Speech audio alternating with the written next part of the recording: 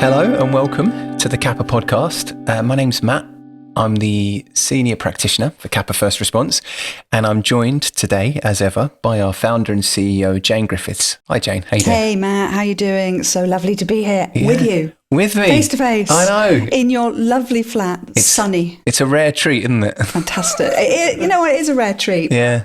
I think it's so lovely to be together to record this. Yeah, I agree. It already feels a lot more real. Yeah. Better. Yeah. So this series is going to be slightly different to what we've done previously, isn't it? Do you want to say a little bit about why we're doing this series to begin with? Yeah, well, I mean, I guess our previous series that we've thought about, we've sort of been in conversation with, or we've been Zooming and speaking to particular people about particular issues.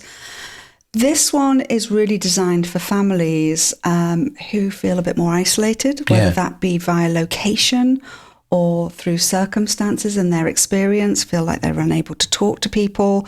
And we wanted to provide something that families could access 24/7, regardless of their locations. I also think it's really important to say that East Sussex Local Authority sort of really commissioned us to do this because they really wanted to support families living in those rural outlying areas who found it really, really difficult to get support. And we'll be offering I guess if we were to sit, Matt, and think about what would be our top 5 or 6 strategies, we're sort of aiming to sort of think about those strategies for families, aren't we? That's what the series is going to be about. Yeah, so it's a little bit more. It's going to be a little bit. I mean, I think hopefully all of our podcasts have been useful, but this is something a bit more tangible, a bit more solid that people can use and put into practice. Yeah, we're not thinking about, these episodes aren't for about us understanding what this issue is. This is really, let's go, what's the support that we offer to families? And let's share that. Yeah. I think you said a minute ago that these are like probably 5 or 6 of our top strategies that we know are useful to quite a few different families that we work with. But it's always really important to say that nothing works all of the time. And there isn't one thing that is going to work for every single family. And even if it works for that family, it doesn't mean that it's going to work 100% of the time. So it's just important that we say that at the top, I think, to say these are all ideas that, have a listen, keep it in mind. Hopefully you think, I'm going to give that a try. But even if you think, it's not going to work for me, that doesn't feel quite right, hopefully you'll still think about the idea behind it. And even if you don't action anything from it, you can think about why it might be useful and why it might be important. And hopefully there's some use in that as well. Yeah, and I think, a reminder that all of our work and all of our support to families is tailored and bespoke. We speak to families and think, what's happening for them in their home? And we can, it could be that we don't talk about any of these strategies, but generally what we've found out is these strategies come into our support at some point for families. And there will be somebody out there listening to this and maybe think, I can't get on board with what Matt, I can't get on board with what that strategy that you've spoken about, but I can really get on board with this other strategy. And we anticipate that and expect that. I think what's important as well is that, everything we're going to be sharing in this series, it's not going to do any harm. It's all relationship building. And that's only a positive thing. You may see things, and we'll talk about that in one of the episodes that we're going to be presenting about, what can happen if actually things do feel different. My child has noticed something's different. What do I do then? So, and we'll sort of address that, won't we? I think it's episode 2 when we're thinking about our safety planning. Okay. So that's a little bit about why we're doing it. And some of the things we're going to be covering, but it's going to look a little bit different from our other podcasts, right? Yep. Yeah. So, up until now, it's been us chatting, hasn't it? And having conversations. What we've decided to do with this, which will look a little bit different, is at the beginning of every episode, we'll have a little explanation around what we're doing. This isn't about explaining why this happens, because we've done that. This is about sharing those strategies, how we would share them with a family. So we're doing it separately. So I'm going to be presenting 3 of them and thinking about 3 strategies, and you're going to be presenting 3 of them and support 3 strategies. Yeah. But we're doing them solo, so they won't have that opportunity of a back and forth. And I think that's going to be the main difference that people will see. Yeah, and I think that's hopefully will make it a little bit more useful, because you can follow along. You're not listening to a conversation like you're saying of us back and forth. You're listening to us giving you a strategy as we would, in a session. Yeah. If as we were explaining it to you and kind of telling you why we're suggesting you do this, what the background is to it. Is there anything else we've missed, Jane? I don't think we have. Hopefully we can just let's do it. Let's give it a go. All right, let's get into it. So Matt, we're on to episode 3, and you're going to be talking about validation today. Do you want to just briefly give us a quick what's that going to look like? Yeah. So validation is something that we kind of look at as quite a foundational piece of work. It's something really important that I think pretty much across the board, we suggest to parents to think about this and to use it if they feel they can. It's really important because it helps your child know that what they're experiencing is being seen. And very often this can lead to a strengthening of the relationship, more trust in the relationship, that everyone kind of understands difficulty. Because when you're seeing this behaviour, everyone is suffering. You as the parent, you're suffering. Your child is also suffering. So when we use validation as a way to open up communication again, to strengthen relationships. And it has been, I think, a very useful strategy or piece of work for most of the families we work with. So it's I think what I like about this one, Matt, is so many families come back to us, particularly when we've done our drop-in. Yeah. And they're like, I tried validation and I didn't really think of, what an impact that would have on my relationship with my child. Yeah. And for some parents, it's just been so immediate. Yeah, absolutely. So, I think it's quite simple. Often people think, oh, really? Is this going to work? They're fooled by the simplicity of the surface level of the strategy, but there's lots going on underneath. It works on a few different layers and levels. I think we should go into it. Are you ready? Yeah. So validation is basically the simple act of making a statement that recognizes the difficulty that your child is facing. It's basically saying, I can see that's really tough. Validating that difficulty, saying, I understand why that would be difficult for you. It's not saying that it's acceptable to use violent or harmful or aggressive behaviours, but it's saying we understand why someone's upset. So it is kind of quite a foundational piece of work that we do in most families that we work with. We suggest they give this a try. Because as with all of this, it comes back to the relationship. And this is a really strong way of building connection, building trust, building, communication as well, showing empathy, showing compassion, all the things that are really important in order to move you forward. So that you're not stuck in this loop of being in conflict all the time. You can start to normalize cooperation a little bit more and get a little bit more of that closeness. So, like I say, it's a statement that recognizes the difficulty a child is facing. We know that in most instances, there is a reason why a child will be using this behavior. We're not saying it's, like I say, it doesn't excuse it or make it acceptable, but there is a reason why. Now, it's really important that we show that we're paying attention to that reason why. So, which is what we do with validation. So, it is as simple as saying, I can imagine how difficult it was when, I don't know, your sister sat in that seat that you really wanted to sit in. Or when your friend, made that joke about you in front of some other mates. I get how difficult that could have been. I can imagine how upsetting that would have been. Something along those lines.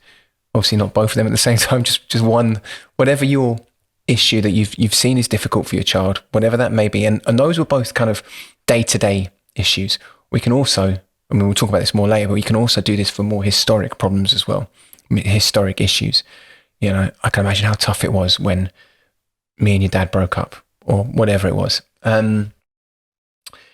So it's about recognizing that that pain and that difficulty. So I'm going to talk about why we do it, and then I'm going to talk about how we do it. So first of all, why we do it. Like I've just mentioned, normally there is a reason why a child is using this behaviour. And what can happen is that child is trying to communicate a difficulty or a pain or something that they cannot cope with. And so they, maybe they start acting out a little, and then the behaviour can escalate and things get worse. And then, it goes from tantrums to now throwing something, now you're smashing something, now you're hitting someone, now you're spitting at someone. It's this escalation. And sometimes what happens is a child is trying to communicate. Something is really not right in my world. I don't know what to do about it. I can't quite cope with this, but I'm letting you know in the best way I can. If they were able to communicate in a more healthy or more useful way, they probably would. But they can't for whatever reason. So they're communicating it through their behaviours, through their actions, through their responses to difficulty. So one reason why we do it is we are active in showing that we see the difficulty. So your child doesn't have to show you in such extreme terms, essentially. So that's one reason why we use validation. Sometimes if a child is using this behaviour or using these responses or, acting in this way, and the root problem, the reason why this behaviour is happening in the first place doesn't change. And very often that's a problem within themselves, something they're feeling they cannot cope with, something they're suffering with that they can't move past. And they use this behaviour to communicate the difficulty, and the problem stays the same. Then they start to lose trust in the adults, the important adults around them, the most loved adults, their parents, that they can actually help them. They lose trust that they can actually step in and stop this harm from happening to them, because they're communicating it. They're showing everyone that, I'm really struggling here, and no one's been able to take it away. Many times these are hidden problems as well. So how would you know? Because your child can't communicate it with you in terms of their words and say, look, this is the problem here. So the problem stays the same. So the child loses trust that the adults can actually do anything about their suffering, about their issue they're facing. So then what they do is they try and take control of the problem themselves by using harmful, controlling, aggressive behaviours to make everything in their world do exactly what they think it needs to do in order for them to feel okay. Okay, no, I want to go and do this, so you need to let me do it. I need to be in control. If I'm in control, I'm going to feel better. Control is linked to feeling safe in many instances. Feeling out of control for some is intolerable. They feel too unsafe when they're not in control. So another reason why we do it is we're communicating to that child. If we are aware of that difficulty, then there's the idea that, well, if maybe you can help me with this. Because that child isn't going to believe that you can help them if they don't even believe you're even aware of the problem in the first place. Do you get how serious this feels to them? So one is, if we can be active in communicating that we see the difficulty, they don't have to be as extreme in how they are communicating that pain or that difficulty. And then the second thing is, if we're showing them that we're aware of this issue, then they start to trust that maybe we can help them with it. So that it starts to rebuild that trust and that connection. And then third is that when a child uses this behaviour, it will damage your relationship with that child. There'll be times when you're really angry with them. There'll be times when you're really scared of them. You can have lots of conflicting emotions, really worried for them, really worried for yourself, really angry at them, really concerned, all of this at the same time.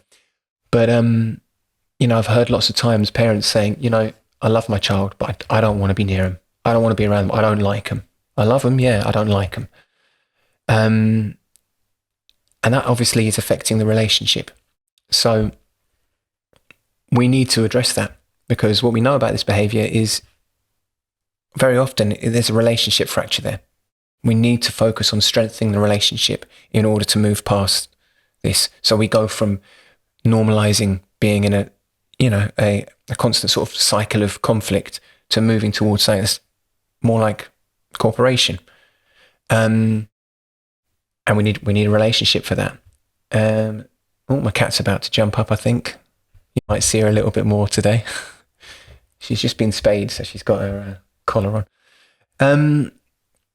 So, where was I? Cam, you're putting me off. So we need to focus on building that trust that you can actually help with the issue. And as I said, when a child is using this behaviour, it affects your relationship. And that becomes another problem that child is dealing with, because children need strong attachments to their parents, really, their primary caregivers. For them to develop well, for them to feel safe and secure, they need that strong attachment. So when we use validation in this way, it's a really good way of showing empathy and compassion, because there may be times when you're not feeling very compassionate, and it's hard to show that and go, yeah, you know what, you may be waiting for that feeling of compassion to come up, but it's hard to have that just come up naturally when a child is just screaming at you, shouting at you, maybe hitting you, maybe punching you, breaking things, trashing your house.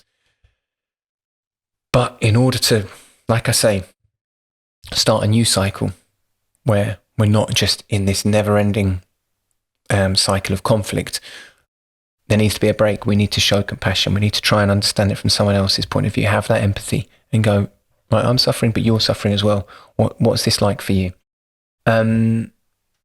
So when it doesn't come up naturally, making sure you are thinking about these validation statements and making these validation statements can kind of kickstart that empathy a little bit. So those are our three main reasons why we use validation. And now I'm going to talk a little bit about kind of how we do it, or how we'd suggest you do it. We're not always as prescriptive as this, but in this case, I think it's quite good to be prescriptive, because we've kind of tweaked this and developed it through talking with, so many families, hundreds of families. And in a lot of cases, we see this works for quite a few people. Obviously, nothing works for everyone all the time. We've already talked about that. But this is quite a good starting place to give it a try like this. So, how we do it. First of all, I'd recommend you do this when your child is, regulated, when they are able to regulate their emotions, when things are calmer. In a previous episode, we did the 3 faces. So thinking about that, when your child is at face number 1, when they've got that good balance between the thinking and the feeling parts of their brain, that's when you want to make these statements. You might not get many opportunities for that. So, you might have to pick your time. But we're looking for those times where they're a little bit more balanced, a little bit more regulated. So that's kind of the first thing. Secondly, it's a really short, simple statement. It's not a question, never a question. There's nothing added on the end. It is simply, I've been thinking, I can only imagine how tough that was for you, that whatever the issue is happened. And as I said, this could be something that happened yesterday. It could be something that happened 2 years ago. Fine to use historic things. Well, it's really important to use historic issues, things that haven't maybe been fully addressed, but also things that, yesterday you got really angry because, we couldn't get a takeaway when you wanted one, or, we said no more time on the switch now, and it was really frustrating. Whatever those issues are, and it doesn't mean that you have to think that the response to them was valid, but we're just thinking about what the issue is. So it's a short, simple statement. So we're saying, I can imagine how frustrating that was for you, or how upsetting, or how, scary that, whatever it might be. But we're not going to make it a question. We're not going to say, do you want to talk about it? Or what was that like when this happened? Or what do you think we could do differently next time? We're not doing that with validation. These are all relevant things, but that's not what we're doing when we're talking about validation. So no questions. There's no pressure to have a conversation here. We're not expecting a response. We are making this statement to communicate that we're paying attention to the difficulty that they're experiencing. And there's one thread to this conversation. Well, it's not a conversation. One thread to this communication. Okay, that one thread is, I'm observing that I think that was really tough. That's it. I'm not going to say, when I was your age, I remember a time that was similar, introducing our experience. We're not doing that here. We're not going to say, I can see that was really tough, but you still can't act like that. But we still have to, I know it's really tough for you to go to school, but you still have to go. Okay, we're going to leave that but off the end. We're going to leave any other threads to this communication out of it. We just want one single thread, one really simple statement. I can imagine that was really tough. Because what can often happen is you start off with, what you're intending to say is, I recognize how difficult that is, one thread. And then you go, but you still have to go to school, another thread. But I do know how tough it was, because I remember when I was your age and there's three threads.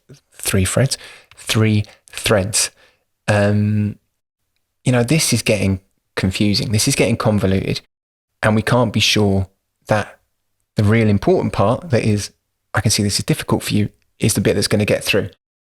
This becomes even more relevant when we're dealing with people who are neurodivergent, maybe. There may be difficulty in communication or in processing those multiple threads at the same time. Equally, when we have normalized conflict in a relationship, we're on the lookout for that conflict at any opportunity. So even though your main thing you're trying to get across is trying to communicate compassion and empathy, what gets picked up is, but you can't do that. So you're trying to change me. So what I'm doing isn't good enough. Yeah, you're always on at me. You're always trying to get me. And that's the bit that's going to be responded to. So it can lead to conflict, further conflict. It's much harder to do that when we're just saying, I get that's tough. And then we're leaving it there. So one thread of communication. And then another really important part of this is, once you've made this statement, and this is going to feel a bit weird, right? No two ways about it. I think for most people, this feels strange. You're going to be bringing this, first of all, a couple of weird things. You're going to be bringing this up in a quiet time when your child isn't showing you there's a big problem. That's going to feel weird in itself, because you're like, what? So I'm just, they're in there watching TV and I walk in and go, you know what? I can't imagine how frustrating that was yesterday when your sister sat in that chair that you wanted to sit in and it made you really angry. I get that was tough. It's come from nowhere. Everyone's going to be a bit like, right, what's going on here? It will feel weird, but that's all right. You know it at least now, forewarned is forearmed, I think. Is that what they say? I don't know, maybe. Anyway, so it's going to be kind of coming out of nowhere, a bit strange. And then once you've made this statement, you're then going to move to a different physical location in your home. So however your home's set up, say you have a sitting room and, your child's in there watching TV maybe. You go in there, you say whatever it is, whatever validation statement you choose to make, short, simple, one thread. And then you're literally going to go somewhere else. You're going to go to the kitchen. You're going to go and make a cup of tea. You're going to get started cooking dinner. You're going to go sit in the garden, read a book for half an hour if you're lucky enough to have a garden, Whatever it is, you're not going to just stay there, because it's really important that you communicate. We're not trying to have a conversation here. I don't need an answer from you. I don't need anything from you. There's no pressure on you to do anything here. That's not your reason for making this statement. Your reason for making this statement is to show to your child that you're paying attention to this threat to their well-being, this danger that they perceive, that they're not sure that anyone else is. My cat is going crazy now. I don't know if you heard that. She's having a bit of a mad half hour. This kind of, like I said, this threat to their well-being that they don't trust, that the adults have picked up on. So that's why you're doing it. So this isn't a kind of, I'm going to say it once and it fixes everything. This is about rebuilding trust, rebuilding communication, rebuilding that relationship. So yeah, the fact that you make the statement and then walk away basically shows to your child, we're not trying to have a conversation here. There's no pressure. I don't have to give you anything back. This isn't about what you as the adult gets out of it, you as the parent gets out of it. This is about, I'm showing you that I see this issue, and this is a really big deal for you. It will feel weird, most likely, but the more you practice, the easier it gets. So, give it a try. Equally, it may be that, you make this statement and your child goes, you don't understand what it's like for me, or whatever it may be, maybe in stronger terms than that. Very often, a child will have heard that first bit of the validation. I can see that really made you angry, but they will be primed to expect the second bit that normally comes, which is, but you can't hit, but you can't do that, but you still have to. And as soon as they hear the first bit, they're already filling in the second bit themselves. So they may respond as if you've said the second bit. It may take you 10, 15 times of trying this before they trust that the second bit isn't coming. Okay? So it may feel awkward, but you're going to be practicing this quite a few times anyway. So, give it a go. Hello, Cam. So, validation. Short, simple statement. Do it when they're, at face number one, when they're more regulated emotionally. But there's no questions, there's no expectations of anything to come back. So we're going to make the statement and then we're going to move away. Now, by doing that, your child can then process what you're saying to them in their own time, in their own way. If you make a statement like that and then you say, do you want to talk about it? That child has to have an answer for you. They have to know what they feel about it there and then.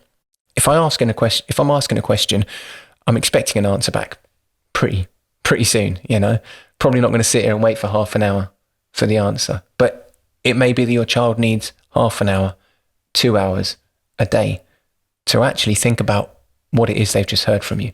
So by giving them that space, by making the statement and then moving on, you allow them to process it in their own time, in their own way, as I said. And what might happen is they come back to you in half an hour, in 2 hours time, in a day later, and say, you know what, Mum, you know what, Dad, you know what, Granddad, that was really hard. Or, yeah, I am really struggling with this, whatever it might be. But the difference being that if they come to you to initiate that conversation, they're in control of that. They've had time to process it. They know what they want to say to you. So the chances are that conversation is going to go much, much better. You're going to actually get somewhere with that rather than saying, that was really tough.